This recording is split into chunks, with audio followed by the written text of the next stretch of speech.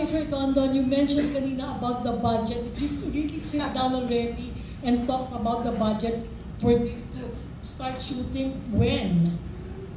Ano yan? Sorry. Did you really sit down already and talk about the budget for this? Umabot na daw ba sa production budget? Pagkatapos ng announcement na ito, we'll get right into it. So, right now kasi syempre we have the scripts already.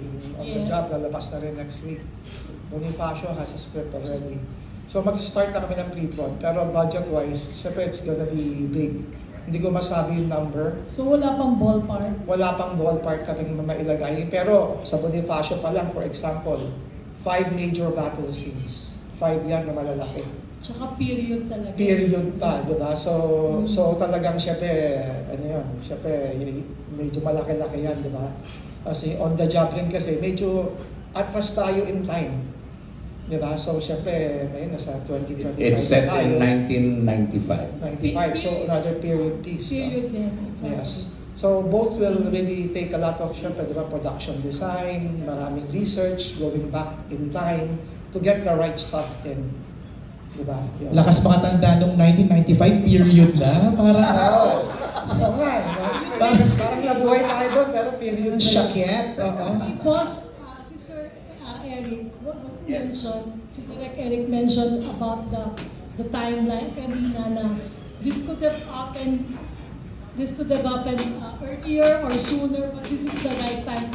I want to get the opinion of the three of you. So this is really the right time for these two big projects. I think ilang beses kami nagkikita-kita ni Coco sa party, gathering, ganon. And parang inaay-ay lang namin yung isa't isa, parang alam namin. Nagpapakiramdaman. Parang may bagay na project dito kay Coco, gano'n. But nothing. Actually, kanina lang may isa pa kaming naiisip na project. Pero sabi namin, wag na muna natin guluhin, ito lang muna. No? And when I approached si Dondon, dun sa 1 year ni Mother, sabi ko, show business is no longer the same without Mother. Kasi si Mother polarizing.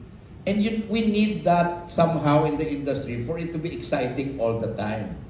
Diba? Nung nawala si Mother, parang naging mabait bigla yung showbiz. Hindi naman talaga sobrang bait ng showbiz. Diba? We all need a little bit of intriga, chismis, diba? A shot in the arm, diba? Parang magigising tayo lahat. So nung na-mention ko yun, tsaka namin naisip, si Dondon, kinausap ka agad si Leia, na maybe it's time that we do a project na parang no one could think that it's possible na mangyari. No one would think na posible kasi Coco is doing his own stuff. So busy. Yes. Oo, on his own, he's doing his own stuff. Diba? And he can do it whenever he wants to do it. Kung kailan niya gusto gumawa ng pelikula, para sa kanya, drama, horror, action, he can do it. Diba? I've been doing series for the last 3 years. Diba? And I've been itching to go back into doing movies. Because ang movies, iba talaga. Iba when you see it on the big screen. So I think parang ngayon na nagsabay-sabay lahat yung moments na yon. And when si Dondon talked to Leia at biglang si Leia came back with that one. Okay, I think it's gonna happen. No? That's when we sat down for lunch kaagad. Reaction ni Coco. Reaction ko lang daw na this is the right time. Actually, ako sinabi ko kasi, noong nalaman ko na, syempre nag-meeting na kami at naano ko na talagang seryoso na to, mangyayari na to, pinangarap ko. Sabi ko talaga sa sarili ko, mamarkahan ko to. Bakit? Kasi sabi ko nga, bilang sa tao, lalo na kami, sa artista, nangangarap ka na balang araw, kapag natapos ng karir mo, matanda ka na, nawala ka na sa industriya, meron kang pelikula na maaalala ng mga tao. At sinabi ko sa sarili ko, itong 2 pelikulang yun na pinangarap ko at matagal kong hinintay, mamarkahan ko to. Kasi sabi ko nga, tatrabahuhin ko to, pagpupursigyan ko to, at ibubuhos ko lahat ng lakas ko at oras ko para dito. Kasi alam ko na hindi basta-basta darating sa iyo mga ganitong pagkakataon na proyekto. At sa totoo lang, ang tagal kong hinintay to. Yung alam mo yung tamang proyekto para sa iyo, at merong mga tao nag-isip na ikaw ang naisip nila para dun sa proyektong to. Kasi sabi ko nga, sa totoo lang, kaya ko mag-isip para sa akin. Pero minsan masarap din yung meron ko mga taong katulong, na alam mo yung mga taong katulong mo, na alam mo na mahuhusay, na alam mo na nasa tamang kamay ako. Alam mo, sa totoo lang, pag nag-creative sila, nakatahimik lang ako ganun. Tinitignan ko sila. Bakit? Kasi ganun ako kakumpiyansa. Ganun ako na naniniwala sa kanila. Kasi syempre, base sa mga proyektong nagawa nila eh. Biruin mo ako, naghihintay lang nangangarap, naiinggit, na sana balang araw magkaroon ako din ng ganyang klaseng pelikula, makagawa rin ako sa kanila. At tapos dumating yung pagkakataong ito. Kaya sinabi ko sa sarili ko, ito, pag ginawa ko itong 2 pelikulan to, kahit gaano kapagod, kahit ano pa yung schedule ko, lahat yan. Sabi ko, itatawid ko to kasi sabi ko nga, minsan lang darating sa buhay ko to at sisiguraduhin ko na ito'y maiiwan kong marka nung time ko sa show business. Grabe yung desire, MJ, ano? Ay, grabe yung desire. Sir Don Don. Kuya Don Don, Is it the being the right? right time for this project. Right and right? Well, syempre there's always a right time talaga. Feeling namin talaga, ngayon talaga, pinag-cruise na yung landas namin. Diba? So, thank you pa rin kay Mother, naisip nga na pagkasabi ni Eric at napagsama kaming tatlo. Diba? Na para gumawa ng isang ambitious project na tulad nito. Diba? Kasi I can only talk about my mom. Kasi before, sinasabi ni Eric about showbiz. My mom always rose up to challenges. Even through concepts na no people would think about kumikita, di ba?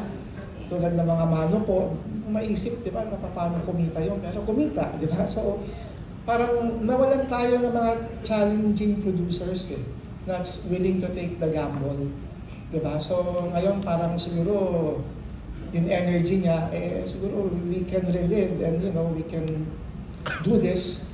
No, I firmly believe this is really the right time to do something like this. Yeah. Thank you, Tilea. Question from Bobby. Manila Bulletin. Magandang hapon po. Kay Coco muna, magandang hapon po. Sir Coco, so how are you preparing for the big project? And ikaw ba nung bata pa talagang pinangarap mo na mag-portray ng isang hero natin sa bansa? Hindi naman sa bansa. Kumbaga lahat naman ng kabataan, lahat naman ng bata dumadaan dyan. Like superhero. Oo, lahat. Sabi ko nga, siyempre ang idol ko noon, sa FPJ, si Lito Lapid, di ba? Lahat ng gas-gas sa tuhod, yung mga slide-slide, tumbling-tumbling, lahat ng bukol.